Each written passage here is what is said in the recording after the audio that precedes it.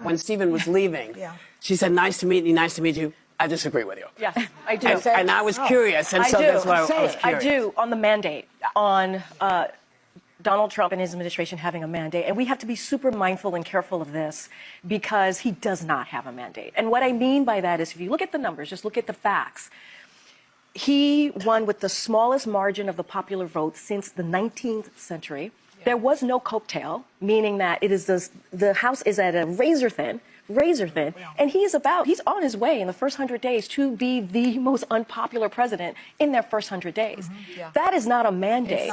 Now, I have to think that they scheduled Karine Jean-Pierre to come on right after Stephen A. Smith because they knew he was going to destroy them again. So they needed someone who was going to coddle the hurt feelings of the ladies on the panel and help bolster their "we're perfect, we don't need to change anything" philosophy. And it goes back to the fragility and the insecurity that Democrats have within themselves and why they always must lean so heavily on being college educated. They have to convince themselves that their monstrous student debt bill that they have to get a useless major was actually worth something. And it can't be possible to them that these non-college educated MAGA voters were actually right and know better than them. So instead of reevaluating their entire party's stance, which would require them to admit that they were wrong, they're more focused on comforting their frail emotional stability, patting each other on the back and saying, no, we didn't lose that bad. We were perfect. We did everything that we could. It was just the racism and the sexism. That's why we lost. Now, Alyssa gives a vicious clap back to Karine Jean-Pierre and says, does it really matter if it's a mandate or not?